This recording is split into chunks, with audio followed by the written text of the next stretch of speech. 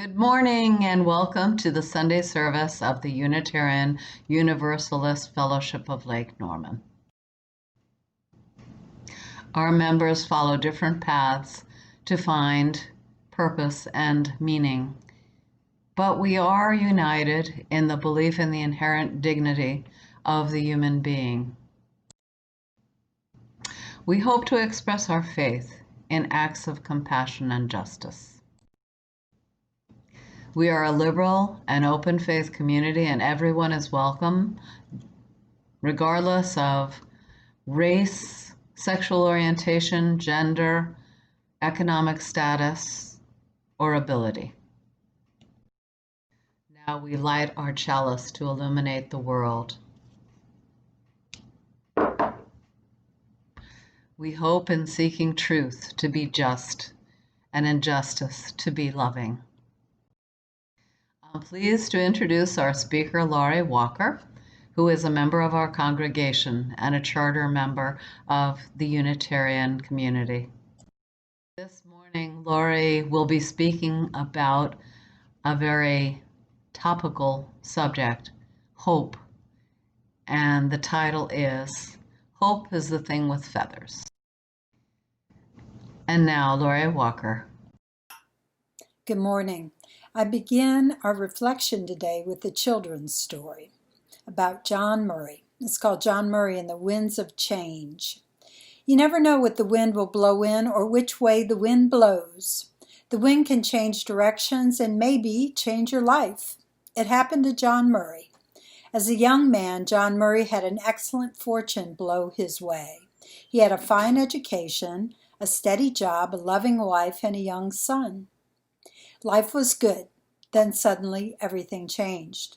John Murray's wife and their son became sick and died. John lost his job.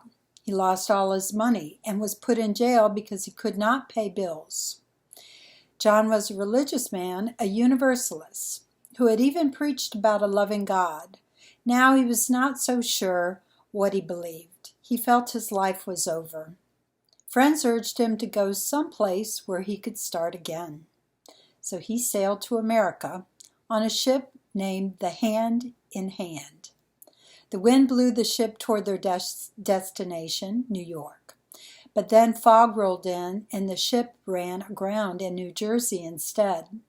John and a few others volunteered to leave the ship, go on land, and get directions and supplies. As he was walking ashore, John saw a farmhouse with a small chapel or church beside it. It belonged to Thomas Potter. Thomas Potter greeted John, gave him food for everyone on the ship, and invited John to come back and have dinner with him that night. When John came back, Thomas Potter showed him the chapel. Thomas Potter said he believed in a loving God who wanted to accept all people into heaven, like a good Universalist. John said he believed the same thing. Thomas Potter told John that he had just built the chapel and was waiting for God to send him a minister. You, John, are that minister. I have waited for you a long time. John didn't want to hear this. He was not a preacher anymore, and he was determined never to preach again.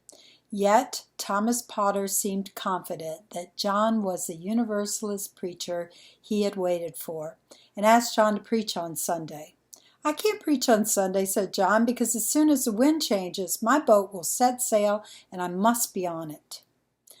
If the boat is not sailed by Sunday, will you preach? Asked Tom Potter. If I'm still here on Sunday, I will, said John Murray. So now what do you think happened? Did the wind blow? Did the Hand in Hand sail away, taking John Murray with it? No wind blew. No ship sailed. John Murray preached on Sunday morning, September 30th, 1770, in the chapel that Thomas Potter built for him many years before. And Universalism was born in this country. The Universalist message of power and love, of the power of love and hope, was good news to the many who heard it. John Murray is one of the sages who formed our faith. We owe a special thanks to the wind that blew him in and would not blow him out on that September day. In September, many Universalist churches used to celebrate John Murray Day. And of course, since we've merged Universalism and Unitarianism, that day is no longer celebrated. But we're going to talk about John Murray and Universalism a little bit more in our reflection today. 2020 has been a time when many of us have struggled to keep hope perched in our souls, as written in Emily Dixon's poem number 314, which begins, "Hope is the thing with feathers that perches in the soul and sings the tune without words and never stops at all." As Reverend Pat said last week, we are living through strange and challenging times. We could all use some hope perched in our souls. Today we look to many teachers for their wisdom about hope. In John Meacham's recent biography, The Power of Hope, the biography of John Lewis, there is an afterword that is written by John Lewis. He wrote, "When I was growing up, there was a song that people would sing in church. I'm so glad that trouble don't last always. Oh, I'm so glad that trouble don't last always." John believed that you had to believe it. You had to believe that everything was going to work out. After all, author John Meacham admired John Lewis's faith above everything, that it's all going to work out. Lewis never gave up.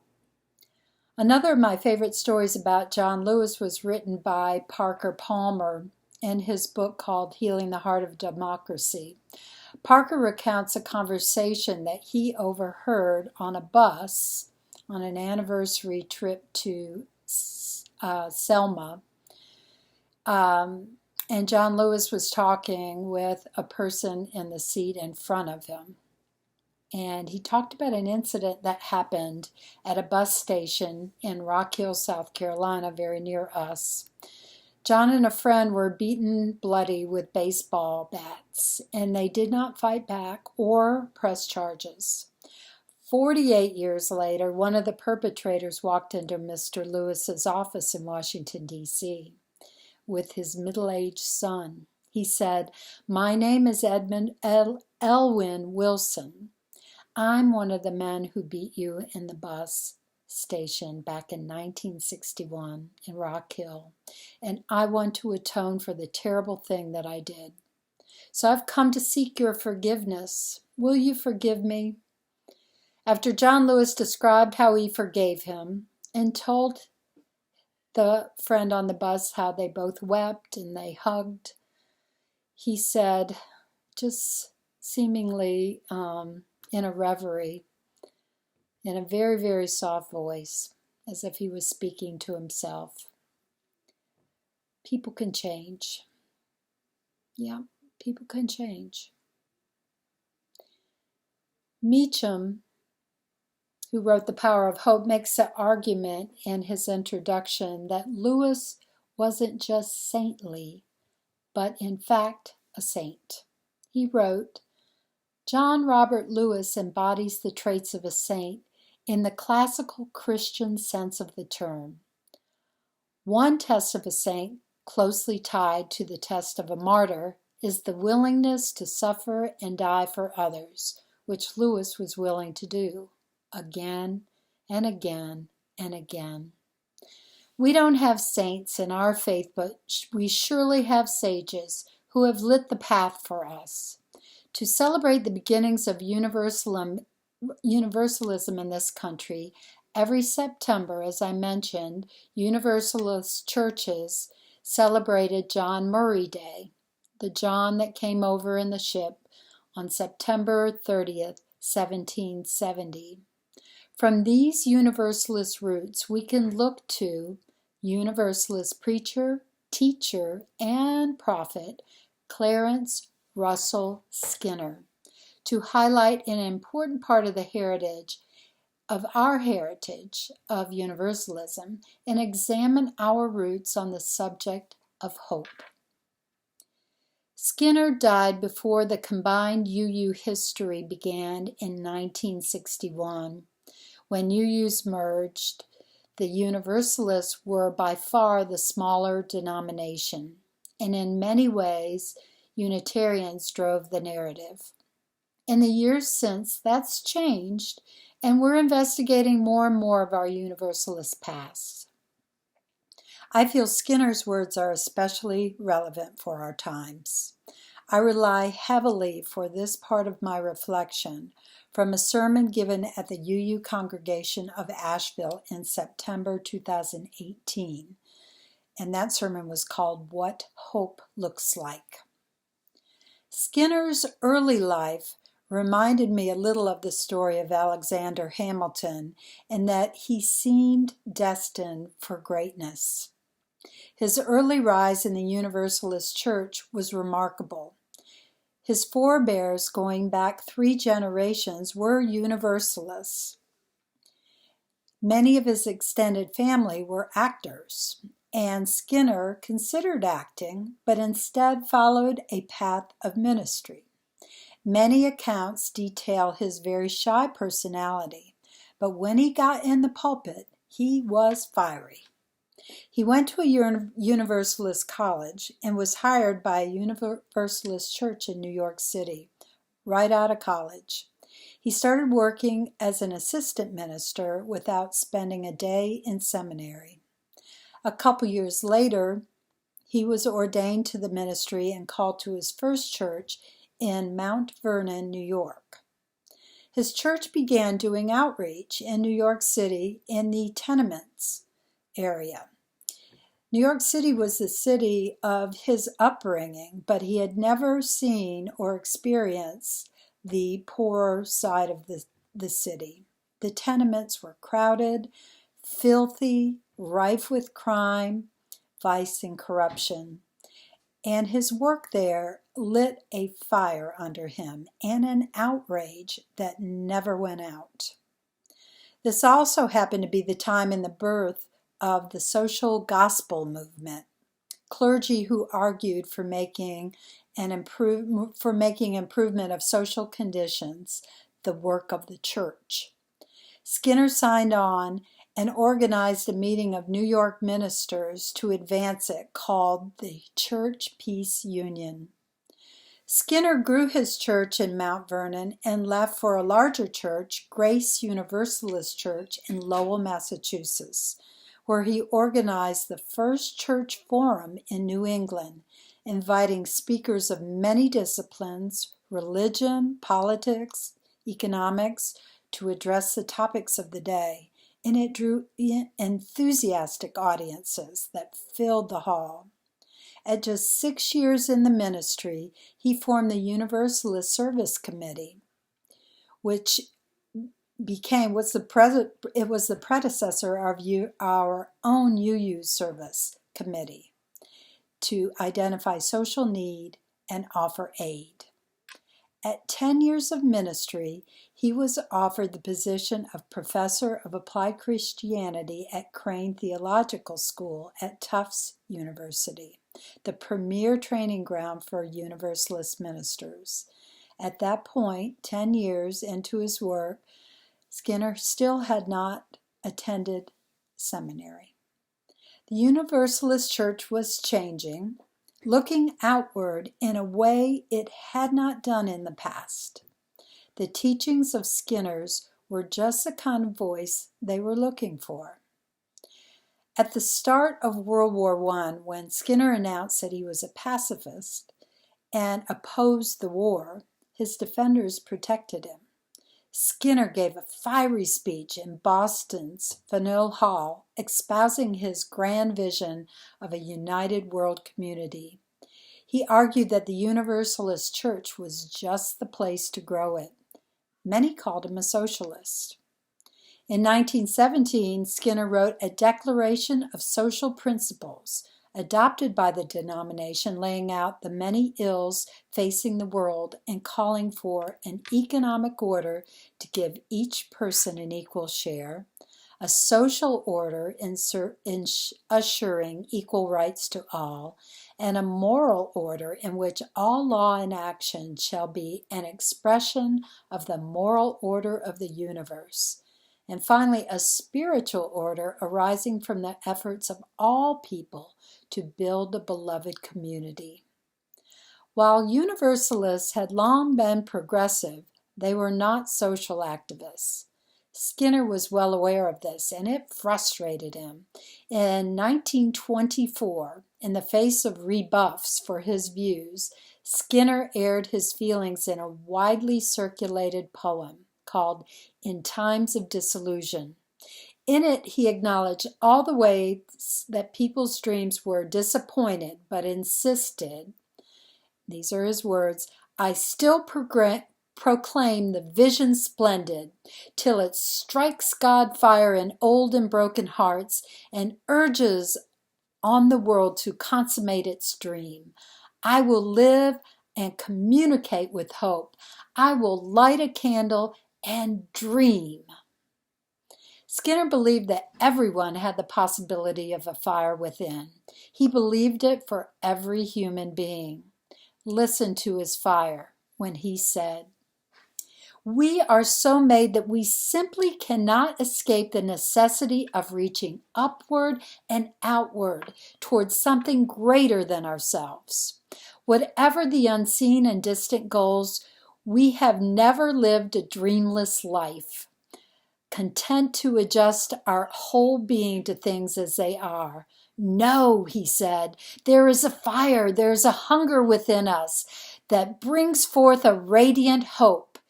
Religious life of the past has failed us, he said, because it demanded of us submissive belief instead of creative faith. He encouraged people to join the adventure of discovery and draw on the courage to own their visions and move them forward. So together, let us continue to move our own visions forward, our own visions of a more peaceful and just world. I'll end with a story that was told in the UU Asheville congregation, and it comes from Rebecca Parker. She is a noted UU theologian. She noted how many people struggle through the disappointment to find some source of trust and hope. And she says she was inspired by Skinner to tell this story. So this was her own story where she had reached a really bad place in her life, a terrible place. Much in her life had gone wrong. And so, in despair, she decided she just needed to end it. She tells a story that she left her apartment with determined steps and headed toward a park in her area. Her face was wet with tears, and she walked toward a lake in the park near her home. Entering the park, she was surprised to see a number of dark objects blocking her way. She didn't remember them being there before, and as she got closer, she noticed something else. There were people moving among the objects. Suddenly she realized those objects were telescopes. It was a meeting of the Seattle Astronomy Club. Its members just happened to have set up their equipment that night because the unpredictable skies were clear. A little disoriented, but still determined, Parker made her way through the group until one enthusiast who had assumed she had come to look at the stars spoke to her. "Here, let me show you," he said. and he began to explain what he had focused his telescope on. Brushing her tears away, she peered in, and there it was, she said. I could see it, a red-orange spiral galaxy. And that was it. I could not bring myself to continue my journey. She said, in a world where people get up in the middle of the night to look at stars, I could not end my life. Hope is that lifeline we carry. We each carry the possibility we see in ourselves and other people, the grace we extend and we receive. As we cross the threshold of each new day, may we find strength in the confidence that we move together, that we are moving together. May we rest assured that yesterday's unknown will be a little bit more familiar, and that we will be guided by the many sages who have lit the path for us, and we will be guided by one another. May it be so. Thank you, Laurie, for your words of inspiration. And now Mike Alicki will be entertaining us with a quiet meditation and his beautiful voice. Hey everybody, hope you're having a good day so far. This is a song called Hope is the Dream. So, where are you now? Westbound, west of all doubt.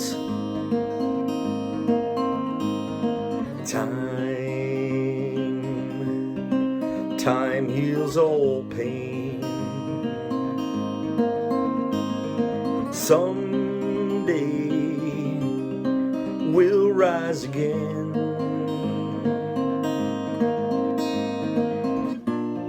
And all of our tears will roll out to sea this miracle world will shake itself free. I believe it today, my friend. Gone, no turning back.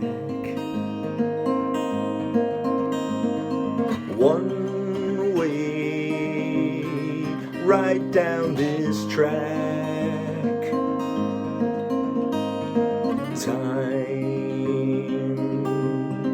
Time steals the years. Gotta hold back the tears. 'Cause hope is the dream burning in you. This miracle life will someday come true. I believe it today, my friend.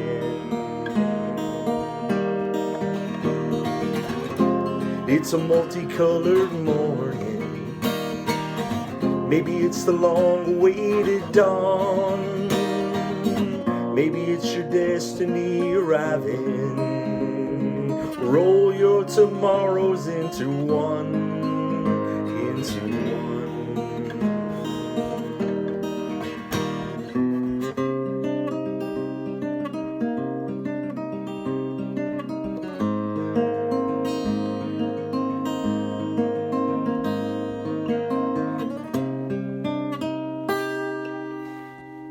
Take care, everyone.